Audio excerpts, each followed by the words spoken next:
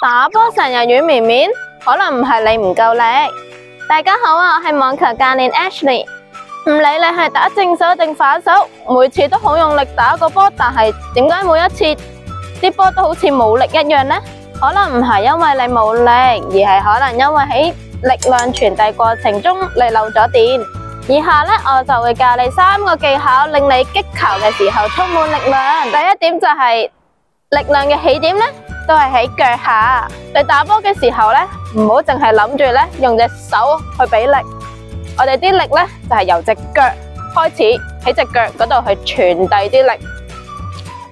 就想讓自己呢好似跳遠一樣，你要先踎低去儲力，而網球呢就係一樣道理啦。你打波之前呢，就想讓自己隻腳好似有個彈弓一樣，揮板嘅瞬間呢，就想讓自己隻腳呢好似想掗開塊地板一樣，將呢一個力量呢由隻腳傳上去個腰嗰度，然後轉身由得佢出埋去。咁以下呢，我就會示範一次啦。咁我哋已經準備啦，然後拉慢，去個秘訣就係呢，先踩穩，然後再轉身，最後呢隻手就金埋出去啦。第二點呢，令到我哋打波冇力嘅原因呢，就係因為我哋成個身體呢太過繃緊。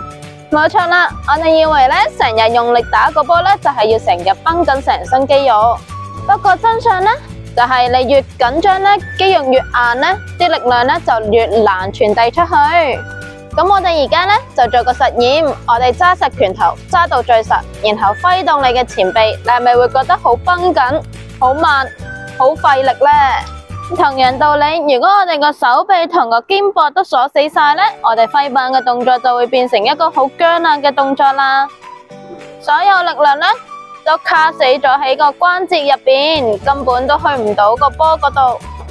點樣先知道呢？我哋係咪太過繃緊呢？咁我哋就有3個檢查地方。第一就係你打完幾個波之後，你嘅前臂或者手掌係咪覺得好攰、好酸？咁樣呢，就代表你可能揸拍呢就太過實啦。第二呢，係咪覺得成日個膊頭好似聳起咗，即係好似成日縮起個膊頭一樣？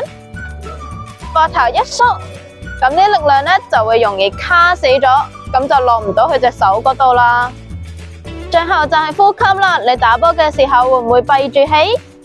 一緊張呢就唔記得呼吸，咁樣呢就會令到全身肌肉都會不自覺地繃緊啦。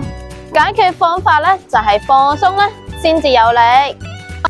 下次擊球嘅時候呢，試下同自己喺心入邊講呢3個字：放、鬆、發。放呢就係先深呼吸一啖氣，然後呢就放鬆晒成身肌肉。鬆呢就係因為我哋成個人放鬆晒，擊球嘅時候呢，就感覺好似塊板呢係扯緊你個人向前一樣。發呢就係我哋嘅力量呢，就係喺擊球嘅一瞬間釋放，而唔好全程繃緊。咁以下呢，我就會示範一次啦。我哋擊球嘅時候呢，先放鬆成個身體嘅肌肉，然後呢，第二就係我哋要感覺呢塊板係扯緊你個人出去嘅感覺。最後呢，就係喺擊球嘅時候呢，啲力就喺擊球嗰陣時一瞬間釋放。咁我就會示範一次啦。而家呢，我就會示範一次個動作啦。